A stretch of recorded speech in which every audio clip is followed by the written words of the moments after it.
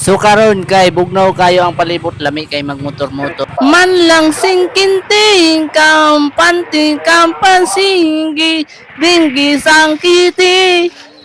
Mao ginay mahitabo kung bawal ta mo gamit og music. Kung bawal ka manguha og music para mag-montage, why problema na kabalo man ta mo kantag. Sintik sintik sinting kam sana karyasi. Okay ra man kahatong kanta to.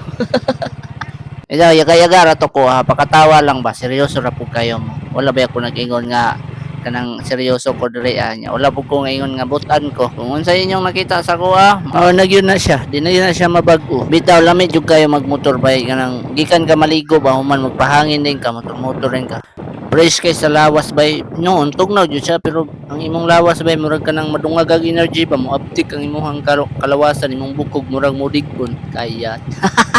Lami unta kayo magpakusog og dagan kaso namang kukoy sakay akong ate basing malunitan ako ang kuan ba kilid ba.